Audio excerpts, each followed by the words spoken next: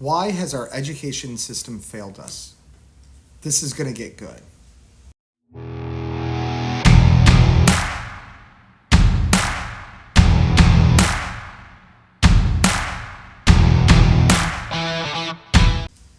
Let me start by saying that I began seeing that our education system was failing over 20 years ago. I started my education career in the public sector. I quickly realized that something was wrong. I then began working on what I believe is the best way to educate children. Don't just take my word for it. Many others have started doing this too. Homeschooling has become an option for many families recently. It didn't just start with COVID, but it definitely sped it up.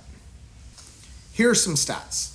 According to census data, homeschooling rose from 3% to 11% since the fall of 2020. That's over 1 in 10 children. That's huge. COVID opened our eyes to just how bad our system is. Most of the agreed upon reasons are, number 1, overemphasizing standardized testing. Number 2, outdated curriculum. 3, lack of teacher support. And lastly, the lack of real-world skills being taught in schools. We could assume that all of these reasons are relevant, but I want to break it down to what I believe is the most fundamental reason. I believe the most basic reason is trust. Now, let me clarify. Let's take a look at a more simple example than trying to tackle all of education. Let's look at the family unit. As parents, we have to trust our spouse when we aren't around. We need to believe that our spouse is capable of parenting our children.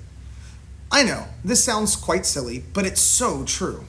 The most obvious example is when we look at divorced parents. If trust in the other parent is high, then the parents can work together. They trust that the other parent will do the best thing for the child and not question what is being done. If trust is low, then the kids will see it and manipulate the parents. We all have seen this happen in the past. Let's look at another example. I teach karate and self-defense to children. The parents have to trust that I am teaching them what they need to become better at karate and self-defense. The parent doesn't have to know karate.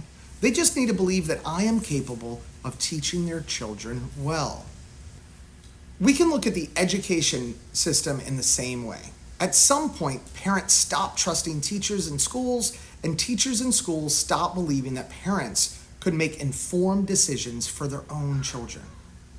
I'm not here to debate which one is correct, just that there is a problem. Now you're probably asking, okay, Shawn, if we can agree that trust is the problem, what do you think the solution could be? Well, thanks for asking. I think we have lost the sense of community in our schools. Our schools have grown so large that families don't know who their kids are interacting with each day. One way I believe we can do this is by downsizing our schools. There are way too many students per teacher and per school. I have friends in traditional education that say it's like herding cats. They have a hard time just trying to get the kids to sit still, let alone learn anything. Back in 2005, I started a small school.